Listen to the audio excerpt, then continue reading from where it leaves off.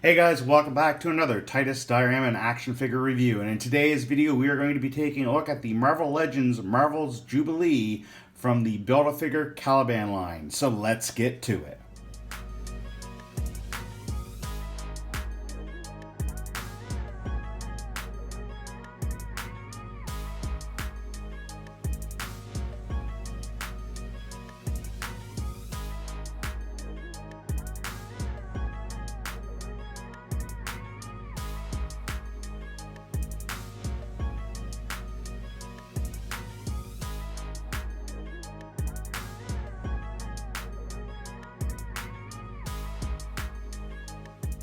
So guys, before we go ahead and do the box portion of the review, I do want to give you a little bit of history of this figure and myself. Now, when this particular Caliban line came out, which I believe was a couple years ago, I actually didn't pull the trigger on picking up this particular figure, although I did see it a couple times out in the wild.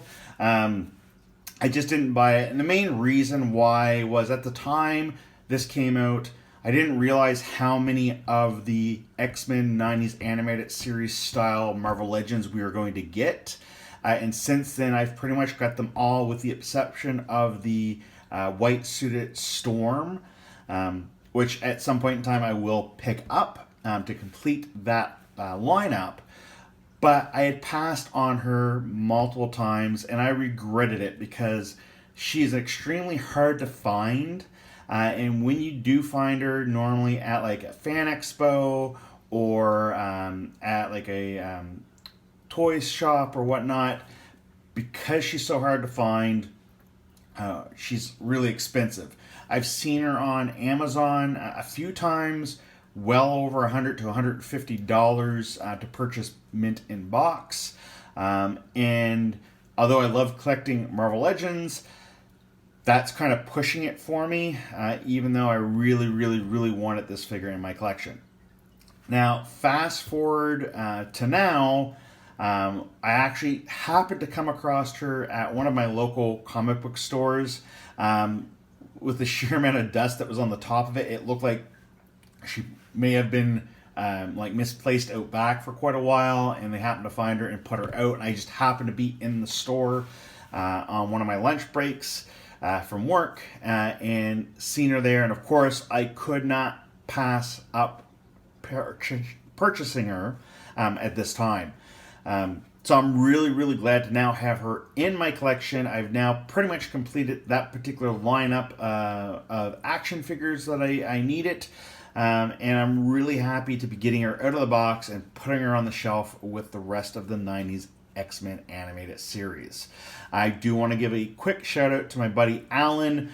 Again, Alan, don't listen to me when I tell you not to pick up a figure because, as you know, it's been a long time coming for me getting this figure, and if you had picked it up when you had messaged me that time, I would have had it a year and a half ago. Anyway, guys, let's go ahead and get to the box and unboxing of this figure. Alright guys, so as you can see, Jubilee comes in that standard window box packaging that we come to expect from Hasbro that allows you to see the action figure, any accessories, and any Build-A-Figure pieces that come packed with. The side of the box has some really nice artwork of Jubilee, and of course the back of the box has that same artwork with a small bio, and it also shows you all the other characters or figures you need to purchase in order to build Caliban. Now guys, with that stated, let's go ahead and get her out of the packaging. Alright guys, so here's Jubilee out of the packaging. Now I'm just going to mention really quickly that the Build-A-Figure piece that she comes with for Caliban is the torso piece. Now, we're going to take a look at the accessories that she does come with.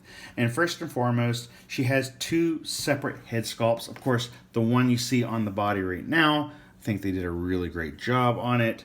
The paint on it is really well done. The hair sculpt is really well done.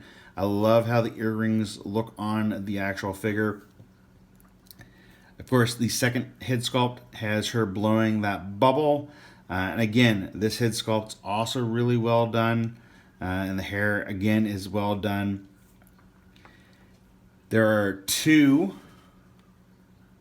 little sunglasses that we have here. This one can go on the secondary head sculpt. They just slide right on.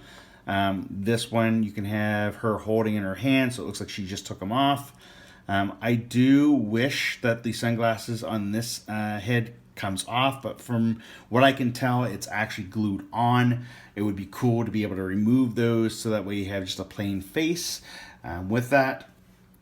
The other thing I wanted to point out about the accessories is I wish that she came packed with at least another set or another 2 sets of hands, maybe fisted hands and just normal gripping or relaxed hands, and not the kind of posing hands that she has on her here.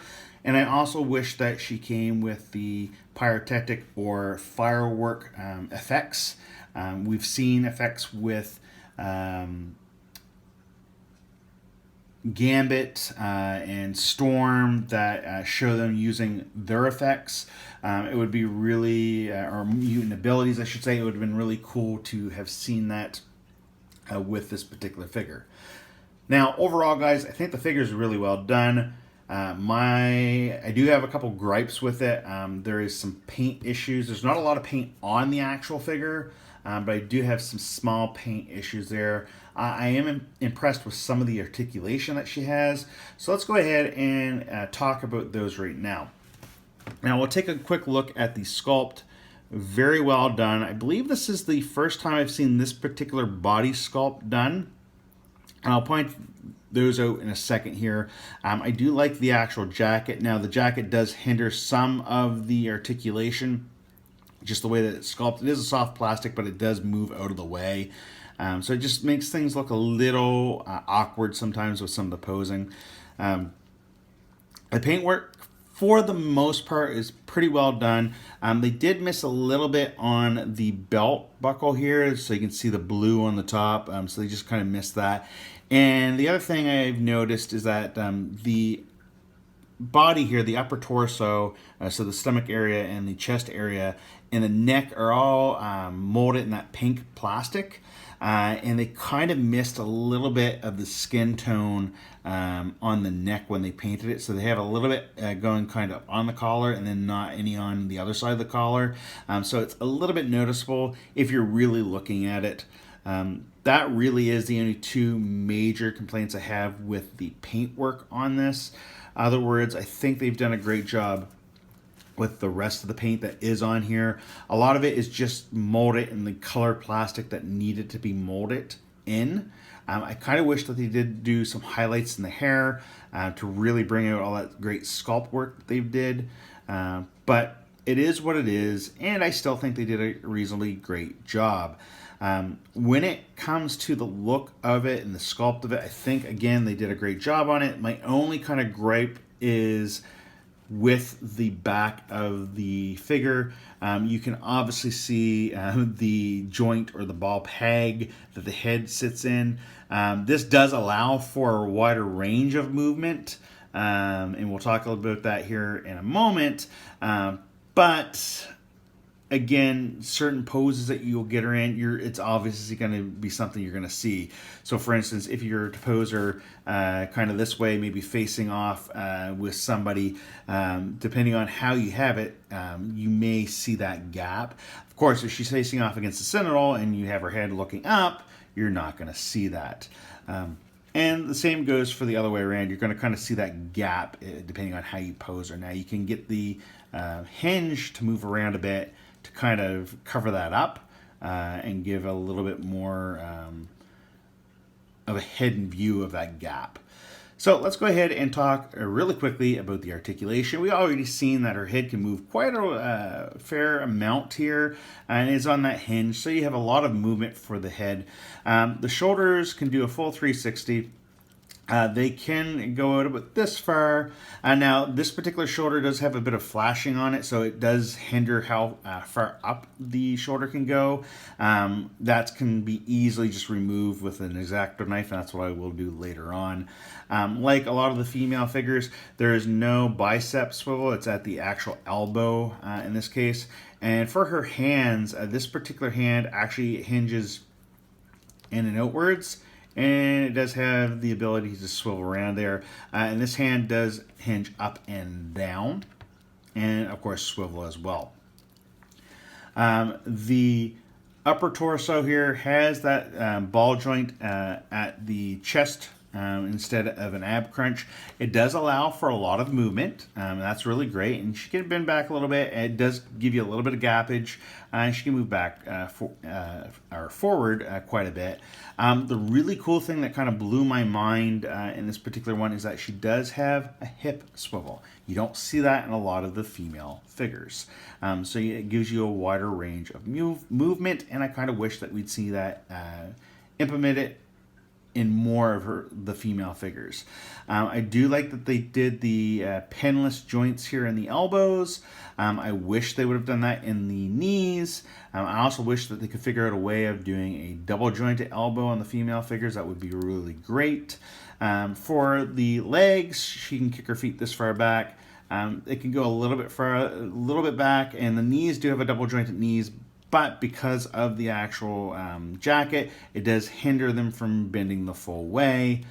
She has the upper thigh swivel, she has the upper boot swivel, and her feet can go this far back, this far forward, and she also has that ankle pivot that everybody likes.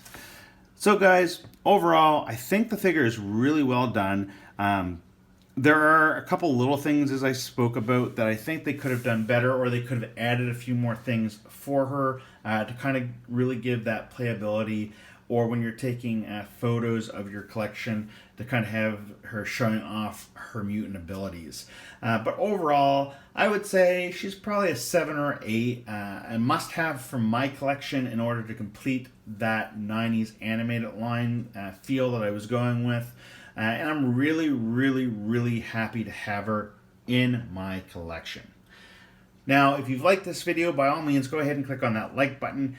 If you're not already subscribed, and this is the first time watching one of my videos, please make sure you click on that subscription button, and also click on the bell notification so you can be updated with any new content that I put out for you guys. And as always, guys, stay nerdy.